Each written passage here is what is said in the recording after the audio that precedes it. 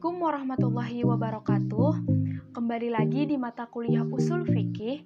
Kami dari kelompok 10 yang beranggotakan Ekski Yaya Saputri dan saya sendiri Khairunisa. Di sini kami akan menjelaskan tentang materi Zari'ah, di mana materi yang akan kita bahas hari ini meliputi pengertian Zari'ah, Sat Az-Zari'ah, Fat Az-Zari'ah, kehujahan Sat Az-Zari'ah, dan macam-macam Sat Az-Zari'ah. Yang pertama, pengertian Zari'ah. Pengertian Zariyah. Pengertian Zariyah ditinjau dari segi bahasa adalah jalan menuju sesuatu. Sebagian ulama mengkhususkan pengertian Zariyah dengan sesuatu yang membawa pada perbuatan dilarang dan mengandung kemudaratan. Akan tetapi, ada pendapat lain bahwa Zariyah itu tidak hanya menyangkut sesuatu yang dilarang, tetapi ada juga yang dianjurkan. Dengan demikian, lebih tepat jika Zariyah itu dibagi menjadi dua, yaitu Sat Az-Zariyah atau yang dilarang dan Fat Az-Zariyah atau yang dianjurkan. Yang kedua, Sat Az-Zari'ah. Pembagian pertama dari Zariyah yaitu Sat Az-Zariyah. Pengertian Sat Az-Zariyah secara etimologis atau secara bahasa berasal dari kata as-sat dan zariyah. As-sat sendiri berarti menutup sesuatu yang cacat atau rusak dan menimbun lubang. Sedangkan zariyah berarti jalan, sarana, dan sebab terjadinya sesuatu. Sedangkan pengertian secara terminologis atau secara istilah, Sat Az-Zariyah adalah menetapkan hukum larangan atas suatu perbuatan tertentu yang pada dasarnya diperbolehkan maupun dilarang untuk mencegah terjadinya perbuatan lain yang dilarang. Contoh dari Sat Az-Zariyah yaitu seorang yang telah dikenai kewajiban zakat, namun sebelum haul atau genap setahun, ia menghibahkan hartanya pada anaknya, sehingga dia terhindar dari kewajiban zakat.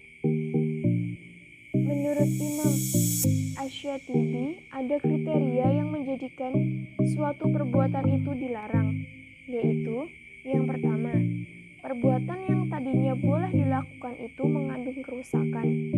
Yang kedua, kemafsadatannya lebih kuat daripada kemaslahatannya. Yang ketiga, perbuatan yang diperbolehkan syara mengandung lebih banyak unsur kemafsadatannya. Selanjutnya, yang ketiga, Fat Az-Zari'ah. Pembagian kedua dari Zariyah yaitu Fat Az-Zariyah. Fat Az-Zariyah sendiri berarti menetapkan hukum atas suatu perbuatan tertentu yang pada dasarnya diperbolehkan, baik dalam bentuk membolehkan, menganjurkan, maupun mewajibkan, karena perbuatan tersebut bisa menjadi sarana terjadinya perbuatan lain yang memang telah dianjurkan atau diperintahkan.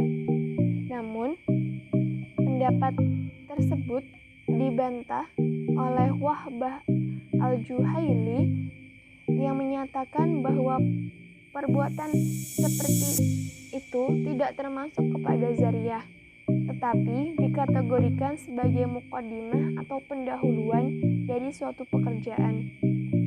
Apabila hendak melakukan suatu perbuatan yang hukumnya wajib, maka berbagai upaya dalam rangka melaksanakan kewajiban tersebut hukumnya wajib. Para ulama telah sepakat tentang adanya hukum pendahuluan tersebut, tetapi mereka tidak sepakat dalam menerimanya sebagai Zariyah. Namun, mereka sepakat bahwa hal itu bisa dijadikan sebagai hujjah dalam menetapkan hukum. Lanjut, yang keempat, kehujahan Sat Az-Zari'ah. Kehujahan Sat Az-Zariyah.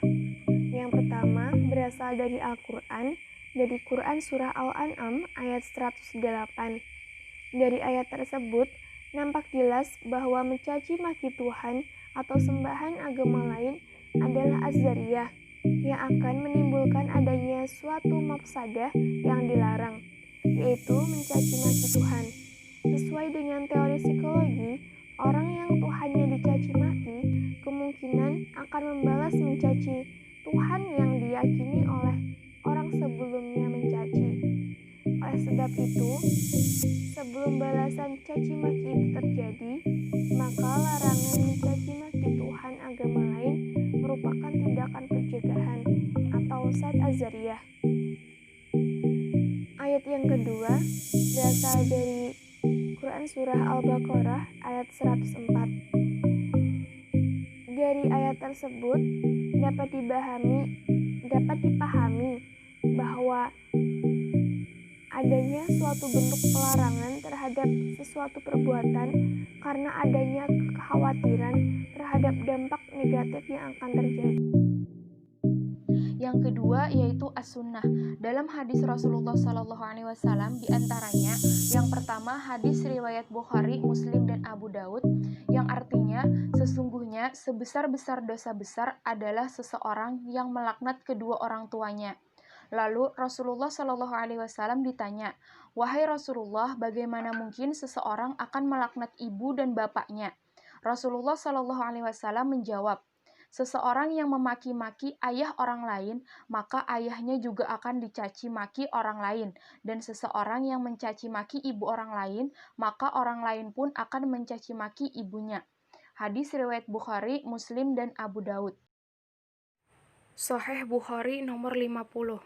Dari hadis tersebut diterangkan bahwa mengerjakan perbuatan yang syubhat lebih besar kemungkinan akan terjerumus mengerjakan pada kemaksiatan daripada kemungkinan dapat memelihara diri dari perbuatan itu.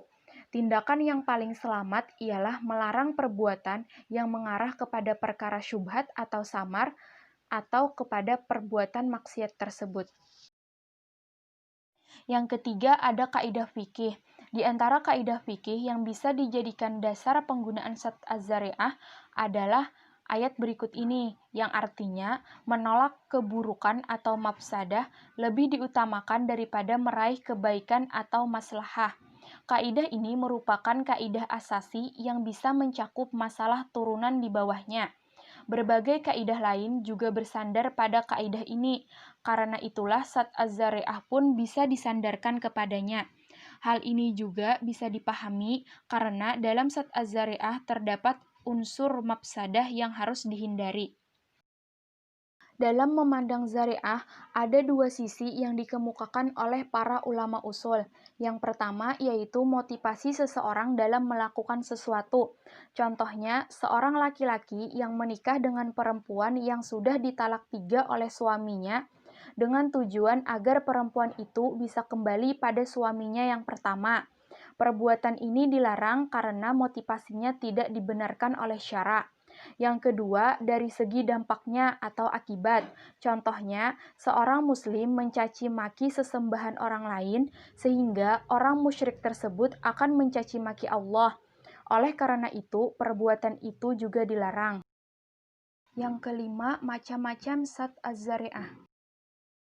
Para ulama membagi zari'ah berdasarkan dua segi, yaitu yang pertama dari segi kualitas kemafsadatan dan yang kedua dari segi jenis kemafsadatan.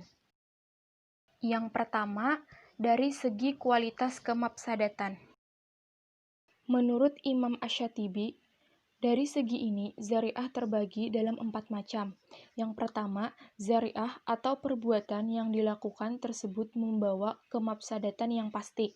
Misalnya, menggali sumur di depan rumah orang lain pada waktu malam yang menyebabkan pemilik rumah jatuh ke dalam sumur tersebut.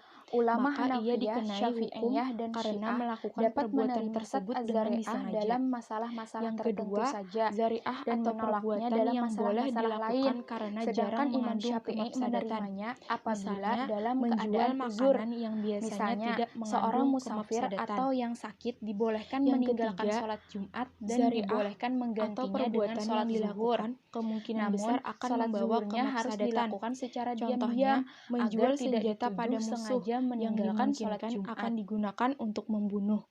Yang keempat, zariah atau perbuatan yang pada dasarnya boleh dilakukan karena mengandung kemaslahatan, tetapi kemungkinan terjadinya kemafsadatan. Contohnya, bai al-ajal atau jual beli dengan harga yang lebih tinggi dari harga asal karena tidak kontan. Contohnya, si A membeli kendaraan dari si B secara kredit seharga 20 juta. Kemudian si A menjual kembali kendaraan tersebut kepada si B seharga 10 juta secara tunai. Sehingga seakan-akan si A menjual barang fiktif, sementara si B tinggal menunggu saja pembayaran dari kredit motor tersebut. Meskipun motornya telah jadi miliknya kembali, jual beli ini cenderung pada riba. Dalam hal ini, terjadi perbedaan pendapat di kalangan ulama, apakah bai al-ajal dilarang atau dibolehkan. Menurut Imam Syafi'i dan Abu Hanifah, jual beli tersebut dibolehkan karena syarat dan hukum dalam jual beli sudah terpenuhi. Selain itu, dugaan atau zan al-mujarrad tidak bisa dijadikan dasar keharaman jual beli tersebut. Oleh karena itu, bentuk zariah tersebut dibolehkan. Yang kedua, zariah dari segi jenis kemafsadatannya. Menurut Ibnu Qayyim Al-Jauziyah, pembagian dari segi ini antara lain sebagai berikut. Yang pertama, perbuatan yang membawa kepada suatu kemafsadatan, contohnya meminum minuman keras yang mengakibatkan mabuk, sedangkan mabuk adalah perbuatan yang mafsadat. Yang kedua, suatu perbuatan yang pada dasarnya dibolehkan atau dianjurkan, tetapi dijadikan sebagai jalan untuk melakukan suatu perbuatan yang haram, baik disengaja maupun tidak. Contohnya, seorang laki-laki menikahi perempuan yang ditalak 3 dengan tujuan agar wanita itu bisa kembali kepada suaminya yang pertama, atau nikah at-tahlil. Menurut Ibnu Qayyim, kedua bagian di atas tadi terbagi lagi dalam 2 bagian. Yang pertama, kemaslahatan suatu perbuatan lebih kuat daripada kemafsadatannya. Yang kedua, kemafsadatan suatu perbuatan lebih kuat daripada kemanfaatannya.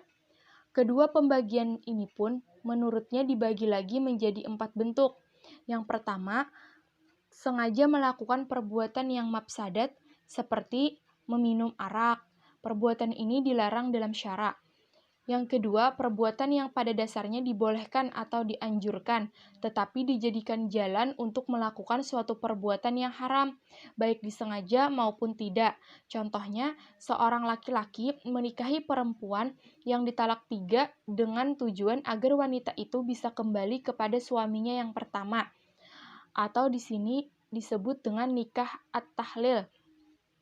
Yang ketiga, perbuatan yang hukumnya boleh dan pelakunya tidak bertujuan untuk melakukan suatu kemafsadatan, tetapi berakibat timbulnya suatu kemafsadatan, seperti mencaci maki persembahan orang musyrik yang mengakibatkan orang musyrik juga akan mencaci maki Allah.